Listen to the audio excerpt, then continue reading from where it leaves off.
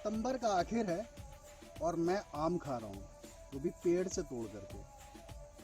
चौंकने की बात है, आप हो सकता है चौंक रहे हो कि ये कोई धोखा तो नहीं है, लेकिन जो अब मैं आपको दिखाने जाऊंगा वो इसको साबित करेगा कि ये आम मैंने पेड़ से तोड़ करके खाया है। पका हुआ, डाल का पका हुआ आम। आमतौर पे जो आप आम खाते हैं वो फार्म हाउस में लगे हुए होते हैं, और फार्म हाउस से जब उनको तोड़ करके एक स्टोर में रखा जाता है जहां तमाम तरह के केमिकल्स, दवाओं का छिड़काव करके या उनके बीच में उनको रख करके पकाया जाता है। बहुत जल्दी ख़राब हो जाते हैं, सेहत के लिए बेहद हानिकारक होते हैं, और सबसे बड़ी चीज़ कि हर मौसम में वो उपलब्ध भी नहीं होते। लेकिन मैं सितंबर के आखिर में ये आम खा रहा हूँ, वो भी डाली का पका हुआ। आप रंग देख सकते हैं कितना बेहतरीन है। अब आपके दिमाग में सवाल होगा कि आखिर ये आम है कौन सा।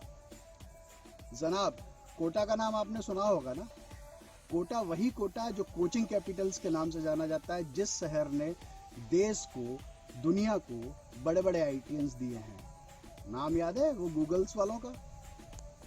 सुंदर पिचई। सुंदर पिचई के शहर में हूँ और वहाँ से उनके घर से करीब मैं 17 किलोमीटर दूर हूँ, और मैं आम खा रहा हूँ, सदाबहार आम।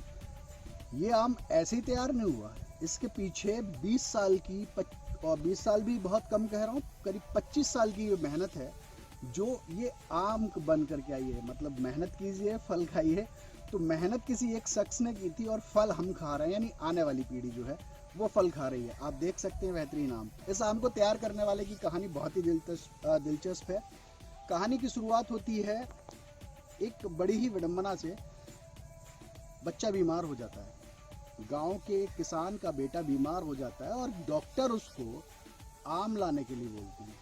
आम तो खैर मैं अपनी तरफ से बोल रहा हूँ। डॉक्टर्स ने उनको पर्चे में लिखा कि बच्चे को फल खिलाइए। 4-5 साल का बच्चा फल खाने की बात जब उससे की जाती तो सबके लिए मना कर देता। आमतौर पर हमारे घर के बच्चे भी फल नहीं खाते हैं। जब उससे पूछा जाता है क्या खाओगे, तो वो कहता आम खाऊंगा, आम के अलावा और कोई फल, साफ मना कर देता है। अब बेचारा एक किसान जिसके पास 1 बीघा ज़मीन है, वो आम कहाँ से लेकर के आए? जब बाजार जाता है तो उसको आम 150-200 रुपये किलो के हिसाब से मिलता है, और वो भी केमिकल लगे हुए। बच्चा ठीक होने की बजाय बीमार हो जाए जिनको खा करके। लेकिन वो किसान तय करता है उसी दिन कि आज के बाद कोई भी बच्चा अगर दिसंबर में, अक्टूबर में, नवंबर में या बेसीजन, जो आपका आम का सीजन है उसमें आम खाना चाहता है, तो वो आम कहाँ से लाए। बस इसी जिद में श्री किशन सुमन, सुंदर पिचई, गूगल वालों के घर से 17 किलोमीटर दूर, ससुराल है उनकी यहाँ पे, तो घर ही हुआ वो। उससे 17 किलोमीटर दूर गिरधरपुरा गांव है जहाँ के वो निवासी हैं, श्री कृष्ण सुमन। उन्होंने जिद ठान ली कि नहीं, एक ऐसा आम तैयार करूंगा जो हर सीजन में आपको मिले। निश्चित तौर पर 20 से 25 साल लगे उनको मेहनत करके, और आगे हम दिखाएंगे कि उन्होंने किस तरह ये फसल तैयार की, और नतीजा ये रहा 20-25 साल के बाद कि वो आम सदाबहार लेकर के आए। एक ऐसा आम जो घर के, आप जो गार्डन बनाते हैं ना बालकनी में, उसमें भी उगाया जा सकता है, खेत में भी उगाया जा सकता है, और सीजन में किसी भी वक्त, यानी हर महीने वो आम हासिल कर सकते हैं। आप पेड़ का लगा हुआ पका हुआ आम आप खा सकते हैं। आपको बता दूं, मेरे साथ इस वक्त श्री कृष्ण सुमन जी भी मौजूद है। सुमन जी, आपका बहुत बहुत स्वागत है द इनसाइड स्टोरी में। सुमन जी, सबसे पहले मैं आपकी जो कहानी है पूरी, इसको बहुत संक्षेप में दर्शकों को एक बार सुनाना चाहूँगा। आपकी जुबानी, क्या संघर्ष था, कैसे शुरुआत हुई इस संघर्ष की? हाँ सर, ये जो हम आम खा रहे हैं, ये मीठे आम के लिए आपको कितना कड़वाहट झेलनी पड़ी? बहुत कड़वाहट झेलनी पड़ी। मैं बताता हूँ, शुरू से बताता हूँ। पढ़ाई छोड़ने के बाद मैं भी परिवार में बड़ा होने के कारण खेती करना पड़ा, मेरे को शुरू करना पड़ा खेती। तो खेती की तो जैसे बाप दादा करते आ रहे थे, बुजुर्ग अपने पूर्वज करते आ रहे थे, वैसे खेती की हमने। चावल लगाया, सोयाबीन लगाया। तो उसमें क्या होता था, जैसे पहले तो उसको खर्चा बहुत लगता था। जैसे चावल है तो उसमें पानी लगता है, सब कुछ लगता है। उसको सब कुछ हो जाने के बाद उसमें कीड़े लगते हैं, उससे भी बचा लिया। तो फिर जैसे फसल कट के गिरी हुई है, बारिश आ गए, ओले गिर गए, तो उससे फसल ख़राब हो जाती थी। और फिर इससे भी बचाने के बाद जब मार्केट में ले जाते थे तो उस दिन जो रेट होता था वही लेके आना पड़ता था, उसमें बेच के आना पड़ता था। उससे आत्मा में संतुष्टि नहीं थी। तो भाई खेती तो करना ही है, पर ऐसे करेंगे तो कैसे काम चलेगा। तो फिर सोचते रहे, दिमाग में आया तो भाई खेती ऐसा करना चाहिए जो प्राकृतिक प्रकोप का नुकसान भी नहीं हो और इनकम भी डेली मिले। ये दिमाग में आया। तो उस दौरान सब्जी का दिमाग में आया आइडिया कि भाई सब्जी लगाना चाहिए। इससे क्या होगा, एक तो इनकम भी डेली आएगी और प्राकृतिक प्रकोप का नुकसान भी इतना ज़्यादा नहीं होगा। तो हमने पूरे खेतों में सब्जियां लगा दी और पूरे ट्रॉली भर के उससे लगा हमको भाई कुछ अच्छा मिला। एक तो डेली इनकम होना शुरू हो गई और प्राकृतिक प्रकोप का नुकसान भी नहीं है। तो उसके बाद फिर हमने सोचा कि भाई सब्जियाँ करें, पर सब्जी में दिक्कत ये आ गई कि कीड़े बीमारी बहुत ज़्यादा लगते थे, उससे दवाएं लगती थी। दवाएं लगने से समाज के लिए बहुत हानिकारक थे वो दवाएं लगाना। तो हमारे वहाँ से भी दिमाग हट गया कि भाई सब्जियाँ भी नहीं करेंगे, तो समाज के लिए अपन अच्छा नहीं कर रहे, बुरा कर रहे हैं। तो क्या करें, खेती तो करना ही है, तो क्या करें। तो फिर दिमाग में आया कभी अपन को जैसे ऐसी खेती करें जो डेली इनकम दे और प्राकृतिक प्रकोप का नुकसान भी नहीं हो। ये मेरा दो ही अहम था ज़िंदगी में, भाई खेती करना है। तो इसमें दोनों, जबकि किसान के लिए सबसे बड़े ये दुश्मन है, दोनों ही दुश्मन। हाँ, इससे किसान मारा जाता है प्राकृतिक प्रकोप से और उससे भी। तो फिर हमने सोचा कि फूलों की खेती करें। इसमें पहले बात तो कीड़े बीमारी बहुत कम लगते हैं या नहीं लगते हैं, और लगेंगे तब भी उसको कोई इंसान आदमी वगैरह नहीं खाते हैं तो नुकसान नहीं होगा। तो हमने गुलाब लगाया, सब खेतों में गुलाब लगा दिया, सीजनल फूल लगाए और अच्छी इनकम होना लगा। डेली पैसा आता था और वो कोई समाज के लिए कोई नुकसान भी नहीं था उससे। तो हमारे दिमाग में थोड़ी तसल्ली हुई, अपन ने जो सोचा था कुछ हद तक सही होता जा रहा है। उससे फिर उत्साह बढ़ा तो हमने क्या किया, गुलाब के पौधों पे ग्राफ्टिंग करना शुरू किया। देसी पौधे पे दूसरी जो हाइब्रिड गुलाब आती है वो ग्राफ्टिंग किया, लाल पीले नीले एक ही पौधे पे 7-7 कलर के फूल लोगों को हमने दिए। मतलब वाह क्या बात है। यहाँ मैं आपको रोकूंगा, आप एक चीज़ बताइए, पढ़े लिखे कितने हैं? मैं सिर्फ मात्र 11वीं पास हूँ सर, ज़्यादा पढ़ाई नहीं कर सका। आप सिर्फ 11वीं पास हैं? 11वीं पास तो की पढ़ाई की। मैं बीएससी वैसे फर्स्ट ईयर में एडमिशन ले लिया था और बीच में फिर पढ़ाई छोड़ना पड़ा। आप देखिए कि 11वीं पास, हमारे यहाँ बड़े बड़े डिग्रीधारी हैं जो तमाम बेरोजगारी को लेकर के एक हवा क्रिएट करते हैं कि रोजगार दिलाओ, सरकार से मांग करते रहते हैं। लेकिन यहाँ एक ये सबक है उनके लिए। मैं ये नहीं कह रहा कि वो गलत हैं, सरकार से रोजगार की मांग नहीं करनी चाहिए, लेकिन आप खुद भी कुछ कर सकते हैं। ये चीज़ आप हमारे श्री कृष्ण सुमन जी से सीख सकते हैं।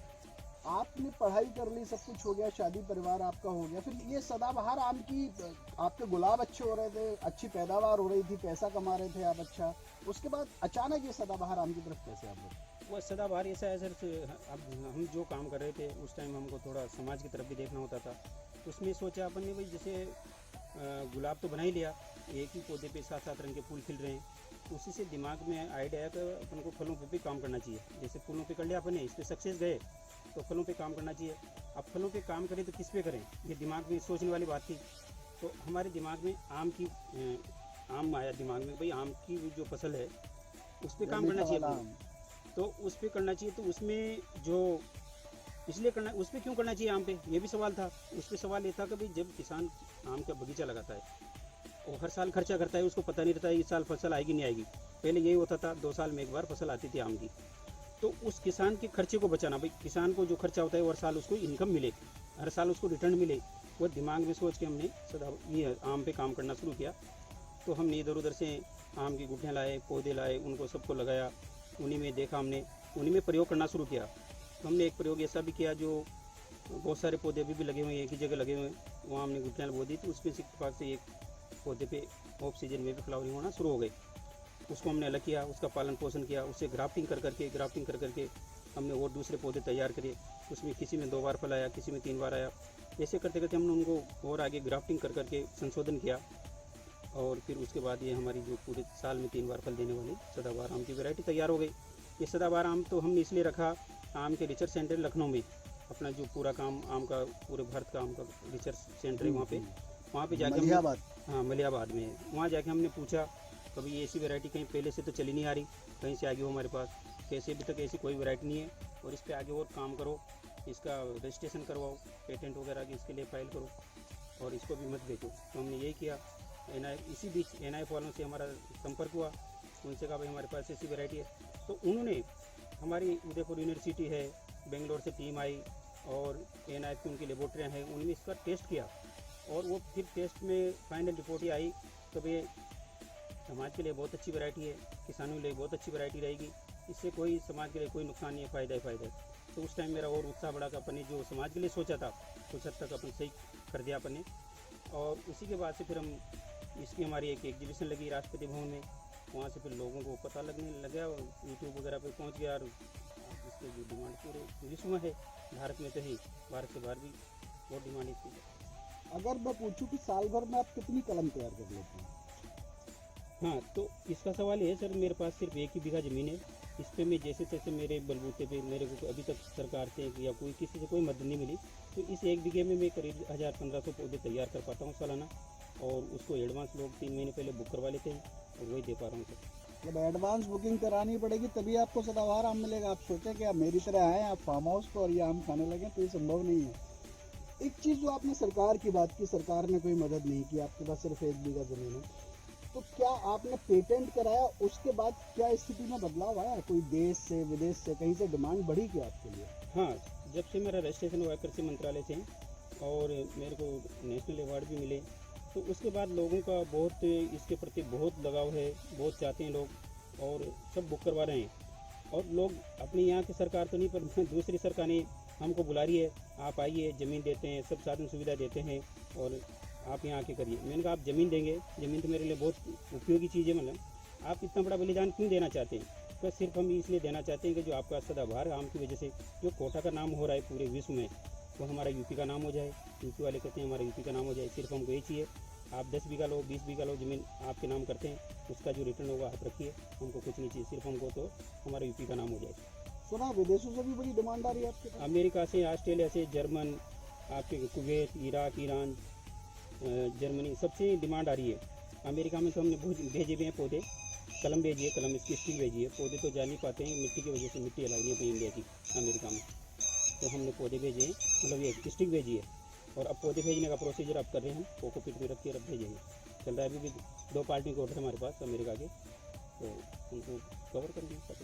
देखिए कोटा का आम यानी हिंदुस्तान का आम अब अमेरिका भी खाएगा, लेकिन सवाल वही है कि मदद, अगर आप थोड़ी सी मदद करें, सरकार थोड़ा सा हाथ पकड़े, तो ऐसे प्रगतिशील किसान जिन्होंने अपनी पूरी जवानी 1 बीघा खेत में लगा करके ये आविष्कार किया है, उसको बहुत बड़ी राहत मिल सकती है। लेकिन कोई बात नहीं, उनकी हिम्मत अभी भी हारी नहीं है और वो लगातार संघर्ष कर रहे हैं और सालाना 1500 पौध आपकी बेच रहे हैं, ताकि हर घर में ये आम पहुंच सके। ये सदाबहार आम जो हर महीने खाया जा सकता है, बहुत ही लजीज आम है, ये लोगों के घर घर तक पहुंचे, इस कोशिश में श्री कृष्ण सुमन लगे। और अब मैं भी उम्मीद करता हूं कि जो भी आम या जो गार्डन लगाने की तैयारी में लगे हैं, जो लोग जो बगीचे अपने खेतों में लगाने की कोशिश करें, वो श्री कृष्ण सुमन जी के इस आम को ज़रूर एक बार इस्तेमाल करें। निश्चित तौर पर ना अच्छा रिटर्न भी मिलेगा और स्वाद तो बेहतरीन है।